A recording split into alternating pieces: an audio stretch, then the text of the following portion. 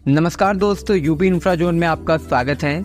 आज की इस वीडियो में हम ओएनजीसी और बीपीसीएल का जो जेवी है इसके द्वारा जो इन्वेस्टमेंट प्रपोज किया गया है इस पे चर्चा करेंगे। कुछ दिनों तक ये न्यूज़ काफ़ी चर्चा में थी, इस पर कई सारे आर्टिकल थे, इसलिए दोस्तों इस विषय पे चर्चा करना बहुत ज़रूरी है। सबसे पहले हम ऑयल रिफाइनरीज और पेट्रोकेमिकल यूनिट पर चर्चा करते हैं।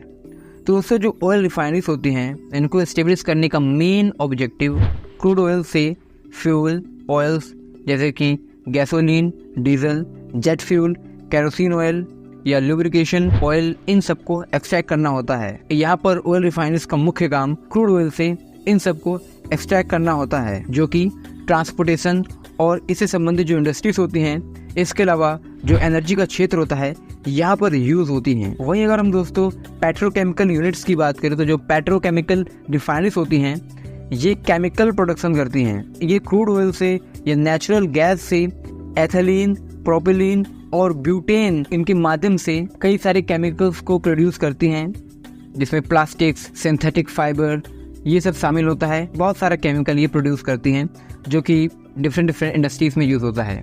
तो दोस्तों जो पेट्रोकेमिकल होती है ये नेचुरल गैस का यूज़ करती हैं और इनका जो बायो प्रोडक्ट होता है इसमें एथेन, प्रोपेन और ब्यूटेन होता है, इसका यूज़ करती हैं। ये केमिकल कंपाउंड मैन्युफैक्चर करती हैं जैसे कि plastics, fertiliser, synthetic rubber, industrial chemical etcetera, जिनका यूज़ इंडस्ट्रियल यूनिट खासकर जो मैन्युफैक्चरिंग यूनिट होती हैं उसमें होता है। अब यहाँ पर दोस्तों भारत के अंदर पब्लिक, प्राइवेट और जॉइंट वेंचर सेटअप करके कई सारी रिफाइनरीज स्टेब्लिश हुई हैं। उत्तर प्रदेश में केवल एक ही रिफाइनरी है जो कि ऑपरेशनल है और वो है मथुरा के अंदर। Mathura refinery Indian oil corporation limited की है। इसके अलावा दो बड़ी प्राइवेट रिफाइनरीज जो कि रिलायंस इंडस्ट्रीज ओन करती हैं, दोनों जामनगर के अंदर हैं और दोनों की कैपेसिटी 35 और 34 मैट्रिक टन पर एनम है। और दोस्तों एक डोमेस्टिक पर्पस के लिए यूज़ होती है और एक इंटरनेशनल पर्पस के लिए यूज़ की जाती है। उत्तर प्रदेश का एक बहुत बड़ा रीजन है, उत्तर प्रदेश के अंदर भी एक रिफाइनरी की बहुत ज़्यादा ज़रूरत है। तो यहाँ पर दोस्तों जब हम बात करते हैं रिफाइनरीज की तो रिफाइनरीज बहुत ही ज़्यादा ह्यूज इन्वेस्टमेंट मांगती हैं यहाँ पर डेवलपमेंट के लिए। अब हम बात करते हैं ओएनजीसी की, जहाँ ओएनजीसी ने अनाउंस किया कि करीब 1 लाख करोड़ रुपीस का इन्वेस्टमेंट करेंगे उत्तर प्रदेश के अंदर। और कुछ खबरें ऐसी हैं जो ये कह रही है कि 70,000 करोड़ रुपीस का इन्वेस्टमेंट ओएनजीसी करेगी रिफाइनरी और पेट्रोकेमिकल कॉम्प्लेक्स के अंदर। इसको सेटअप किया जाएगा उत्तर प्रदेश के प्रयागराज के अंदर। यहाँ पर एक ऑयल रिफाइनरी कम पेट्रोकेमिकल यूनिट को स्टैब्लिश किया जाएगा जो कि दोस्तों क्रूड ऑयल के एक्सट्रैक्शन का काम करेगा। इसके अलावा यहाँ पर जो इसके बायो प्रोडक्ट होंगे जैसे कि ब्यूटेन, प्रोपेन, इनका यूज़ करके कई सारे केमिकल को बनाया जाएगा जो मैन्युफैक्चरिंग में यूज़ होंगे। तो यहाँ पर इसकी कैपेसिटी करीब 12 मिलियन मैट्रिक टन पर एनम होने वाली है और यहाँ पर इस रिफाइनरी को ओएनजीसी और बीपीसीएल के जॉइंट वेंचर द्वारा स्टैब्लिश किया जाएगा। अगर हम इसके इतिहास की बात करें तो 1996 में यहाँ पर 2000 एकड़ के करीब लैंड पार्सल फार्मर से एक्वायर किया गया था और इसके तहत लोंगागारा में एक रिफाइनरी कम पेट्रोकेमिकल यूनिट को स्टैब्लिश करना था। 36,179 करोड़ रुपीस का इन्वेस्टमेंट बीपीसीएल इस टाइम करता, लेकिन दोस्तों ये प्रोजेक्ट कभी स्टैब्लिश नहीं हो पाया।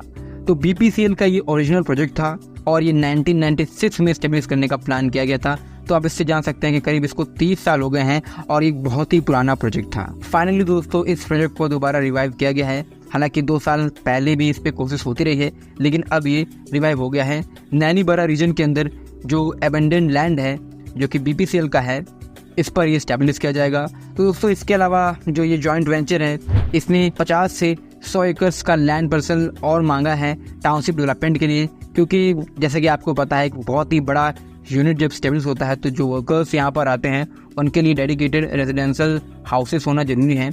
इसके लिए यहाँ पर एक 50 से 100 एकर्स की टाउनशिप को डेवलप करना भी प्रस्तावित किया गया है। तो दोस्तों ओएनजीसी और बीपीसीएल का ये जॉइंट वेंचर है, इसको यूपी गवर्नमेंट द्वारा सब्सिडी भी प्रोवाइड किया जाएगा, क्योंकि स्टेट गवर्नमेंट का ये इनिशिएटिव है कि जो भी बड़ा निवेश उत्तर प्रदेश के अंदर कोई भी करता है, चाहे वो लिमिटेड कंपनी कोई करे, चाहे फॉरेन कंपनी करे या नेशनल कंपनी करे, इवन जो हमारी देश की कंपनीज करें, अगर वो यहाँ पर निवेश करती हैं तो उनको एक कैपिटल सब्सिडी प्रोवाइड की जाती है यूपी स्टेट गवर्नमेंट द्वारा। तो यहाँ पर दोस्तों पुरानी परियोजना बीपीसीएल की थी, लेकिन अब ये जॉइंट वेंचर द्वारा स्टैब्लिश किया जाएगा। और ओएनजीसी ये इंडिया की top crude oil explorer firm है और यहाँ पर दोस्तों इसने अनाउंस किया है, इसका मतलब ये प्रोजेक्ट अब जल्द ही सेटअप होने वाला है। 2000 एकड़ में ऑयल कम पेट्रोकेमिकल रिफाइनरी को सेटअप किया जाएगा तो इसका मतलब है कि बहुत बड़ी जॉब अपॉर्चुनिटी निकल कर आएगी और ये डायरेक्ट जॉब अपॉर्चुनिटी होगी। और इसके अलावा जो इनडायरेक्ट जॉब अपॉर्चुनिटी इस्टेब्लिश होगी, क्योंकि एक ह्यूज पॉपुलेशन यहाँ पर काम करेगी तो उससे संबंधित कई सारी इंडस्ट्रीज यहाँ सेटअप हो पाएंगी, चाहे वो ट्रांसपोर्टेशन से संबंधित हो या फिर हॉस्पिटैलिटी से संबंधित हो या फिर जो भी लोकल होटल का चेन होगा, रेस्टोरेंट होगा, ये सब यहाँ पर स्टैब्लिश होगा। तो उत्तर प्रदेश के ईस्टर्न रीजन में ये बहुत ही बड़ी परियोजना है। और इसके अलावा दोस्तों, इससे जो इंडस्ट्रीज़ हैं, यहाँ आसपास की इंडस्ट्रीज़ हैं, उनको रॉ मटेरियल बहुत ही ईजिली सप्लाई हो पाएगा, जो कि उनको लाभ देगा। तो दोस्तों, इस पर बहुत सारे सवाल हैं, उस पर भी हम चर्चा कर लेते हैं। तो 2 सवाल सबसे ज़्यादा आ रहे हैं। तो पहला, किसी ने कहा था कि इसकी बजाय सोलर प्रोजेक्ट सेटअप करना चाहिए इस प्रकार की रिफाइनरी की बजाय। तो इसका मेरा जवाब ये रहेगा कि देखिए, जो रिफाइनरीज का डेवलपमेंट होता है, मैंने शुरुआत में ही आपको बता दिया कि जो यहाँ पर पेट्रोकेमिकल और ऑयल रिफाइनरी का एस्टेब्लिशमेंट हो रहा है, ये एनर्जी पर्पस के लिए केवल नहीं हो रहा है। एनर्जी पर्पस एक रीजन है, एक ऑब्जेक्टिव है, लेकिन उसके अलावा और भी कई सारे ऑब्जेक्टिव हैं, जिसमें आपका जो केमिकल्स का प्रोडक्शन होगा, जो इंडस्ट्रीज़ के लिए यूज़ किया जाएगा, वो भी पर्पस है। और जो पहला पर्पस है वो ये है कि इससे जो फ्यूल वगैरह बनेगा, जो कि ट्रांसपोर्टेशन में यूज़ होगा। तो इसलिए दोस्तों यहाँ पर इसको एस्टेब्लिश किया जा रहा है। इसके अलावा दूसरा यहाँ पर सवाल है कि कोई भी प्रोजेक्ट स्टैब्लिश होगा, कोई भी प्राइवेट फर्म इन्वेस्टमेंट करेगी, तो वो डिपेंड करता है कि वो फर्म क्या निवेश कर रही है। अगर ONGC और BPCL जैसी फर्म, उसके पास लैंड है और उस लैंड पार्सल पे वो जो भी चाहे वो डेवलप कर सकती है, अगर वो लॉ को फॉलो करती है, वो इंडस्ट्रीज़ यहाँ पर स्टैब्लिश करना लीगल है, तो वो उसकी इच्छा है। आप ये नहीं कह सकते कि वो सोलर प्रोजेक्ट स्टैब्लिश करे या फिर कुछ भी स्टैब्लिश करे। वो एक प्राइवेट फर्म का निर्णय है कि वो किसी भी राज्य में क्या निवेश करना चाहती है, किस क्षेत्र के संबंध में वो यूनिट सेटअप करना चाहती हैं। तो यहाँ पर दोस्तों ये प्रश्न थे और इसका उत्तर ये रहा।